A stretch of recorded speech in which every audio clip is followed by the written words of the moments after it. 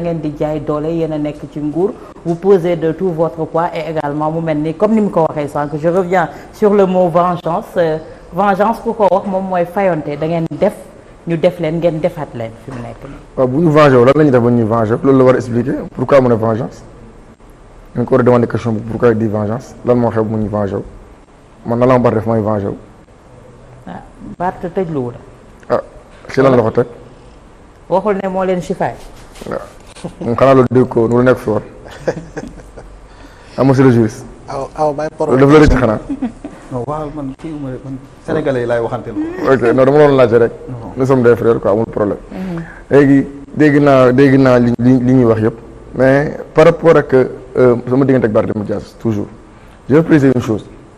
billaay wallaay taalaay mosuma mën un combat personnel. ci kenn nag képp ku ma xam li ma yàgg ma suivre mosuma mën benn combat xam ne nit ak ay affaire problème mu nit la. bañ naa ko sama problème boobu sax du ma ko bëgg wax nit. récemment nii suñu koñ dafa am bouché bu fa am onage affaire yooyu noonu gars yi dañ may interpellé tout le temps dama wax ne doo wax ci lii mais am naa kers di wax li nga xam ne man maay doon le premier man lay jëriñ Barthélémy Dias li ma ko doon meree yëpp c'était par rapport à sa gestion am na loo xam ne su ma ko permettre mën naa la ko liiral fii nii case bu Mermoz am na case bu fa nekk ñoom dañ fa amoon projet mi ngi nii lii nii mise en demeure maire bi la Aliou Tall maire actuel bi projet bi ñu koy joxe c'était en 2021 c'était Bart le maire moom moo joxoon projet bi à un certain Mali boobu ba léegi projet bi final mënuñu ko rendre ba Aliou Tall di yónnee waa ji mise en demeure li waa ji tontu mi ngi nii yónnee naa ko pour Assane bi ma invité xam nga la waa ji tontu bonsoir à tous monsieur le GIE pour le compte rendu toute personne qui affirme que je n'ai voulu répondre aux questions du maire est de mauvaise foi. J'ai dit au maire que lorsqu'il m'a appelé pour la rencontre de ce mercredi qui seraient les acteurs et lui a répondu les délégués de quartier, les présidents du conseil de quartier et les personnalités. À ma grande surprise, aujourd'hui, avec les conseils municipaux, j'ai dit cette assemblée que si les gens que nous élisons ne sont en mesure de nous donner l'information ou vérifier par eux-mêmes qui sont des élus, moi je n'ai pas de réponse à leur donner. léegi tënkal ñu ko ci wolof rek pour qu'on avance. mën naa xëy parce que nee na pour mu joxe ay réponse par rapport ak projet bi dina Barthélémy Dias toog parce que Barthélémy Dias moo ko joxoon projet bi te xam na la ko joxe woon sur un coup de tête ñu toog nii rek ne dañu am bëgg def case affaire yooyu noonu waa ji musul tabax brique du entrepreneur fenn mun na wax daana jox projet te c'est pas une première Barthélémy Dias day joxe nit marché nii gratuitement ma xam ci ay nit mu yàgg ko def ñu ci teg suñu bët mu leer na kii gestion wu commune bi def alalu askan bi da ko jàppee alalu li may bañ tudd di ci def lu ko neex li mën naa la fii léegi boo demee boulangerie jaune espace bi fa nekk 12 mètres carrés yooyu fa nekk la espace public la bu ñu réservé pour waa Sacré-Cœur mais tey boo fa demee da nga fay fekk Belel Couture Barthélémy Dias moo leen ko jox da nga fay fekk Auchan Barthélémy Dias moo leen ko jox au nom de quoi c'est privé pour wala li ñëpp bokk dafa doon jël di ko salfaañ def du ko neex. loolu yaakaar naa ne audit yi dinañ ci wax dara te xam naa ne foofu lañ jëm mais. tey récemment déposé nañ plainte au niveau de l'OFNAC par rapport ak terrain boobu noonu nekk Sacré-Cœur. vous avez déposé plainte yéen. d'accord bu coordination Mermoz Sacré-Cœur. d'accord Abdoulaye tey nee nañu am nañ Barthélémy si li ñu wax am na 10 jours pour bind pour déplorer révocation bi indi ay preuve mag yi ni mel mais apparemment wax jooju également ñu bëri jàpp nañu ne li ñu jël séance tenante moom la ñu acté fi mu nekk nii ces 10 jours là ça ne tient pas. Ça ne tient pas non mais il a 10 jours à compter de l'acte de la réception de l'acte de révocation. Il a 10 jours pour contester ça devant la cour d'appel. léegi nag comme ni ma ko waxee sànq on attendra de voir lan la cour d'appel di addu si li nga xam ne gannaaw bay na moo bind préfet jël acte de révocation boobu cour d'appel lan la ciy tontu. defe naa ni foofu mu am solo parce que tamit dinañu may sax ñu am jurisprudence bu leer comparativement même bu fekkee ne ñaari éléments yi bokkul ak li nga xam ne mooy l'arrêté concernant Khalifa Sall bu mu saisiré le conseil constitutionnel suite à sa révocation te foofu ñu sukkandiku woon ci code général des collectivités territoriales. alors que fii encore une fois matière bi code électoral bi la. te code électoral bi encore une fois article 277 bi dafa wax en toute époque. En toute époque la wax. man si lu ma lire si article bi quelconque radiation. voilà en toute époque. kon en toute époque boobu dafa am loo xam ne effectivement il faut ñu xam ne kon Alioune man si sama jàng du ma jàpp ni kon si matière électorale bi rek lay doon. parce que le conseil le citoyen le conseil ne peut pas saisir l'autorité s'il n'y a pas de maire. étant donné que nous sommes en matière électorale. Oui. Au bout du compte il faut quand même qu'il y ait aboutissement du processus et que lépp taxaw. pour ñu mën a xam ni noonu la demee moo tax li ma Pape fi ñu bokkee wax mooy. man j'ai toujours plaidé pour une déconstruction de nos textes. Oui. Parce que man dama yàgg wax ni su législateur bi saay buy bind. day bindee prox ndoll boo xam ne toujours suba day am interprétation boo xam ne malheureusement dañ koy dàqale tële ak interprétation politicienne. Moi j'ai toujours plaidé pour Assemblée nationale si boppam mu def toilettage de son règlement intérieur. J'ai toujours plaidé pour une déconstruction du code pénal. Oui. Parce que li yóbboo ñoom bay la ak ñeneen jeunes yëpp kaso mooy procureur bi day viser article 55 jëm kaw. Oui. le juge d'instruction est obligé de t'amener en prison. Donc comme def nañu ay assises ak yooyu jàpp naa ni war nañu def un toilettage véritablement de nos textes pour que gis nga werante parce que en réalité comme ni ñu koy waxee fii léegi xam nga époque président Macky Sall tax na Sénégal bu nekk cof nga tuuti si droit. c'est-à-dire que la nga dul woon gëstu léegi yaa ngi koy gëstu. Sénégalais yi ñu si bari léegi dañuy dem lire textes yi xam la textes yi li ñuy wax pour ñoom itam ñu am nañu si àddoo leneen li mooy conseil constitutionnel bi muy àddoo si affaire participation Barthélémy Dias li mu waxoon c'est-à-dire que dafa waxoon ni ñi ko saisir il n'avait pas autorité. Voilà à le saisir.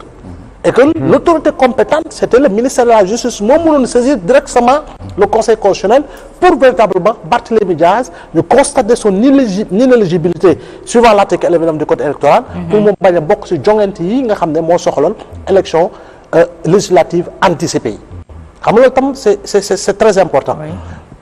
L'autre élément dañ koy waxaat si lépp li nga xam ne mooy en réalité positionnement politique je pense que lu mu munti am dañ ko war a daxantale ak ñaari nguur yu fi nekk yu fi jóge parce que ñaari nguur yu fi jóge ki sa jiitu mooy ñoo si yónnee woon ay nervi su wadd ñoo yónnee woon ay nervi tey aujourd'hui c'est eux qui défendent Barthélémy te ñoo yónnee woon nervi yu jamono yooyu bi Ousmane Ngom doon taxaw télé di naan on se croirait au Far West ak yu demee noonu on s'en souvient.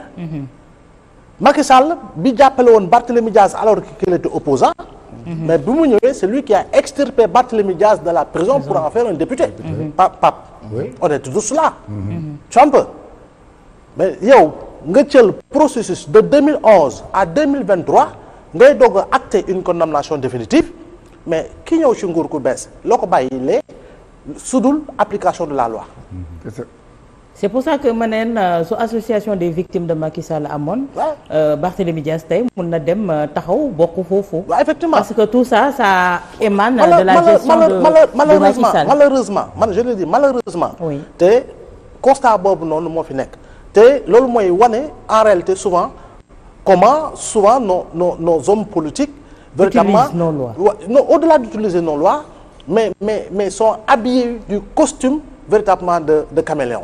nañu war a nañuy soppee ko parce que tey quand je vois des écrits pour dénoncer li nga xamoon ne l'acte de radiation je dis mais dans où sommes-nous man xanaa man Ouganda laa yeewoo parce que moi je pense que par moment il faut que l'on soit sur les principes man comme je le dis du ma juriste du ma lële man je pratique la religion des faits et la religion des faits me pousse à analyser avec froideur très sincèrement sans parti pris seetu ma ndax Pape Sané neex na ma wala Pape Amadou kanam gi sama grand la day wird seetu ma loolu quand il s'agit d'analyser dans le cadre de mon travail moo tax pour man je l'ai toujours dit je dis que malheureusement j'ai pas compris Alseynou c'est le représentant des jeunes de Taxawu. Oui. J'ai dit pourquoi je comprends toujours pas parce que Pape dafa naa on en a discuté.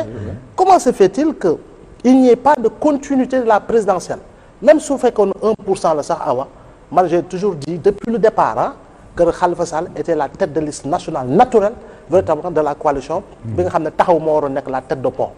Mais j'ai pas compris cette précipitation pour faire de Barth la tête de liste pour une première fois mu am véritablement une envergure nationale et quoi qu'on puisse dire nga bëgg nga bañ ko mais Khalifa Sall c'est du politiquement correct. Très sincèrement. 50 ans dans le landerneau politique sénégalais. mënoo ko jam paaka boo xam ne si kaddu yu déplacé la quel que soit en par ailleurs le niveau d'adversité. Il a été toujours constant si li nga xam mooy doxalinam. Il a un comportement boo xam ne il a hérité d'un parti boo xam ne il y avait des barons qui à l'image véritablement de ñu bari il a adopté ces comportements mais je dis que Barth bi nga xam ne dafa jàngee si ndem si yàlla Ousmane Tanor Dieng un grand homme un grand monsieur et je le répète nga nekk sous son aile protectrice nga wëlbatiku nekk ndaw si al Khalifa Ababacar Sall pour moi je dis pas que lii moo tax mu am wala leen mais pour man il y a eu des erreurs répétitives sur le plan politique et sur le plan de l'orientation communicationnelle. Parce que lu bari dafa war a évoluer.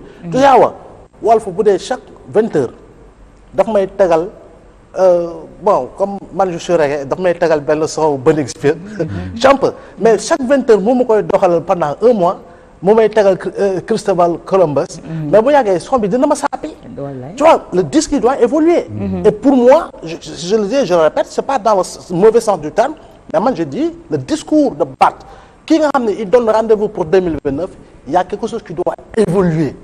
c'est-à-dire que ndaanaan une certaine maturité. oui non ndaan la mais gënul nekk ndaanaan le grand ñanco kii la quoi champ gënul nekk ndaanaan le grand ñanco mais booy town la mais gënuñoo nekk ñun booy town la champ xam nga Cheikh Abdou màggee quoi wala keneen Mermoz la màggee keneen ki baba karak ay booy town la si leen koy waxee noonu mais je dis loolu en réalité dafa amoon fi mu tolloon mais nekkatuñu si posture yooyu et pour man également aujourd'hui on doit voir benn profil quel que soit par ailleurs adversité politique bi mu mën a am ak nguur wala quel que soit link bi mu mën a am ak ñeneen ñu fi nekk on doit sentir un discours changeant avec un contenu avec des arguments qu'il faut sur le plan économique sur le plan de la construction sociale sur le plan de l'emploi des jeunes etc comme je l'ai dit tantôt man je suis pas nihiliste je vais jamais dire que non Barth est un mauvais maire non du tout c'est pas parce qu'il est un excellent maire non je déggoo du ma wax c'est un mauvais maire encore une fois je suis pas nihiliste du ma ko wax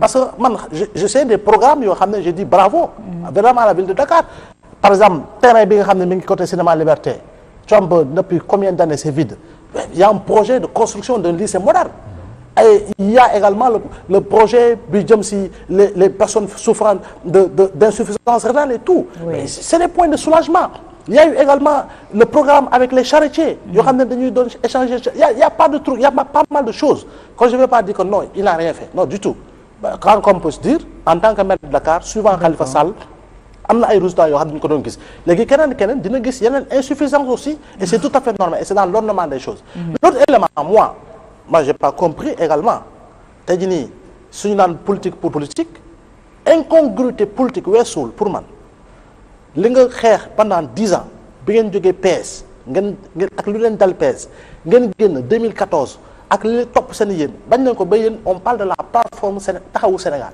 tu sais pourquoi parce qu'il y a toutes les obédiences politiques. il y a des gauchistes. il y a des centristes. il y a des maoïstes et tout ñoo dajaloo tabax taxawu.